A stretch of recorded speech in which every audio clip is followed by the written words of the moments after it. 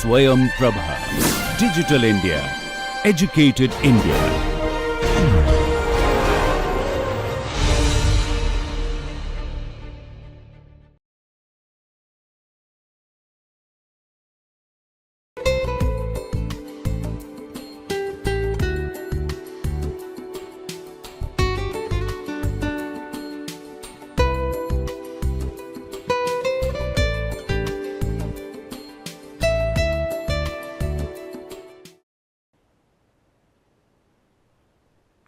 Welcome back to the course titled Strategic Communication for Sustainable Development. My name is Aradhna Malik and I am helping you with this course. And in this lecture, we will discuss some approaches to sustainable development, to communication approaches. We will start with that and we will move on to other aspects of strategic communication. So, to start with this report by the Federal Ministry for Economic Cooperation and Development, Government of Germany has written this report or has come up with this report titled Strategic Communication for Sustainable Development. They wrote this report in the year 2006 and this is the one I am referring to now because it's still quite relevant. Okay. And according to this report, some of the approaches that they discuss are the conventional communication approach and the strategic communication approach, and they draw comparisons between these two approaches. And according to them, in the conventional communication approach, managers focus on media and messages and come up with exciting ideas that capture the imagination, whereas in the strategic communication approach, managers analyze the wider system and plan desired outcomes strategically. So, it's not only the media, only what is being said, only what is there, but they try and they take a much wider, much more comprehensive, much richer view of what is happening and then plan the desired outcomes according to that. Not only their understanding is not based only on what the media tells them, but they also look at other indications from the environment. In the conventional communication approach, the communication experts focus on convincing people individually while their social sphere is not analyzed. Whereas in the strategic communication approach, the interventions focus on goals, audiences and messages that determine the media. So, what is it that the media is capturing from the environment is what is focused on, and that is where the interventions go. In the conventional communication approach, communication is an end of pipe activity isolated from the rest of the project. So, you do everything and then you just go into the community and tell people what you're doing and they're supposed to accept it. And in the strategic communication approach, communication is fully integrated in a project from the start. You first go and find out what the community wants, get their inputs, and then share your ideas with them, then get their feedback, then go back and verify whether what you have understood is okay with them or not, whether you have understood it correctly or not. Then you formulate a plan, then go back and check with them, etc. So, it's fully integrated in a project from the beginning. In the conventional communication approach, the content and message are secondary and cannot answer why or what questions. Why are we doing? What are we doing? How are we going to do it? So, it's just this is what we are going to do, and that's the be all and end all. And in the strategic communication approach, the target audiences are involved in planning. They are involved in the why, the what, the how, the where, the when of the interventions. And and all of these interventions are integrated with the values, with the social fabric, with the cultural milieu of the target audiences. And that is how these two approaches differ. The conventional communication approach is one way. This is what I have to give you, you take it or leave it. Strategic communication approach is, I am one of you. I am not going to force development on you. I am going to facilitate development through you. That is the strategic communication approach. Okay. Some challenges to sustainable development efforts. The first is the complexity.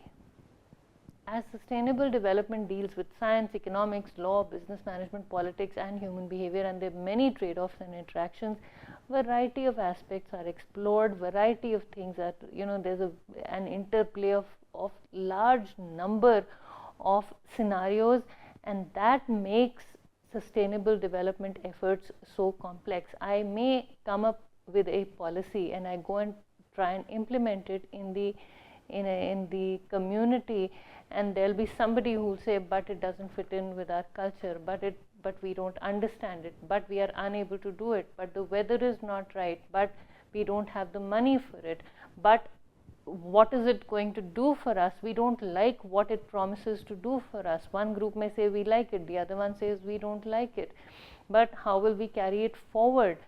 How will our children benefit from it? How will our children be affected? How will our elders be benefited from it? How will it affect what we think, what we do? Why should we change the way we do things? We don't care what will happen, what is going on in the rest of the world. So all of these questions will come up, and that is the complexity of the situation. Comprehension gap between what the experts in the above mentioned fields and the lay public know and understand about those technical dimensions of sustainable development is very large. What the experts feel should be done is not what the community understands should be done.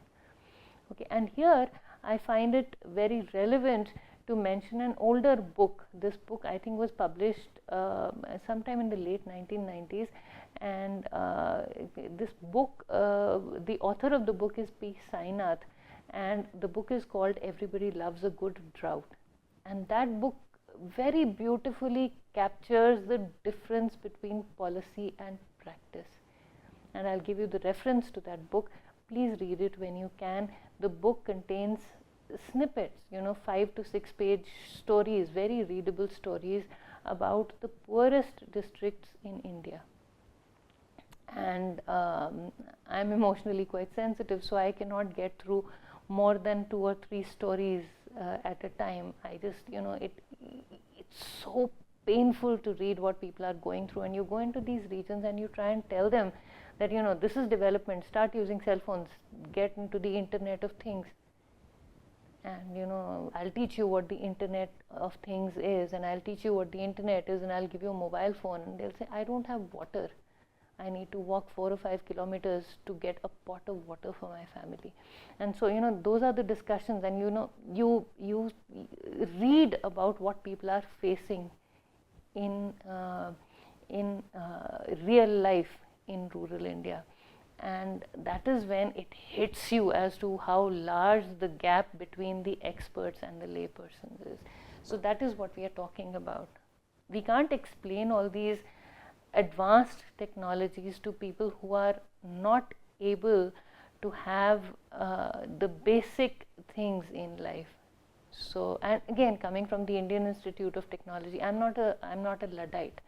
I'm not against technology, but I'm more of a realist. And I feel that technology and development needs to at some point be connected with the real world, and it should in some way, one aspect or some aspect of it should be connected to and should be applied to the real world, should help solve the problems of the real world before flying too high. So that's where I'm coming from when I talk about this, and especially when we talk about development efforts, personal impacts that sustainable development triggers in non-rational, for example, emotional and spiritual dimensions. So, we talk about development, we talk about community, we talk about doing new things, we talk about helping the community. How does it affect? We also need to see how it affects the stakeholders, what kinds of emotions it generates, what do people feel about the efforts that are being put in by outsiders. What do they feel about outsiders coming and doing for them is something that needs to be gauged. How does it affect their spirituality, their cultural beliefs, their traditions, their folklore, etc.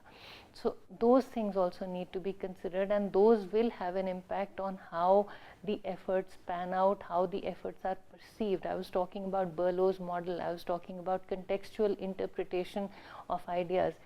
personal impacts will have an impact, or personal filters will have an impact on how the messages are perceived by different communities. The risk element is another aspect here, which is a frequent factor in sustainable development, especially as distinctions between passive, uncontrollable, or active or voluntary are concerned. So what kinds of risks that come up, we need to be aware that unexpected events that will disturb the course of action will come up when we are engaged in our efforts, and that will impact how our efforts are perceived and communicated to the people who are going to be affected by our efforts. Strategic communication helps sustainable development by persuading a country's decision makers to adopt new policies and building constituency and support at the same time. So if we plan our communication, we will be able to convince the decision makers. We will be able to strengthen the capacity of municipal leaders, NGO representatives, and community-based organizations to manage their economic, ecologic, and social resources sustainably. We will be able to help develop partnerships among governments, local communities, and NGOs to encourage people to work together for change. And I'm reading this, this is pretty self-explanatory. We will be able to motivate people, for example, the private sector, CEOs and engineers, to adopt cleaner production technologies. We'll be able to help raise awareness and support for sustainable development issues. So various ways in which this is beneficial. We'll be able to help accelerate and improve people's behavior. For example, farmers' adoption of technologies and behaviors that lead to sustainable agriculture and forestry. We'll be able to help convince and help people to change their behaviors. For example, families to adopt environment-friendly behaviors such as conserving water, protecting common water sources from contamination, putting garbage into bins, changing harmful fishing techniques, etc. We'll be able to help generate excitement in an entire community that leads to community-wide behavior change. We'll also be able to help to empower the local people to speak for themselves and to continue their efforts into the future. So when we, if we do things right, if we are sensitive to the environment, if we plan things, we'll be able to achieve all these goals.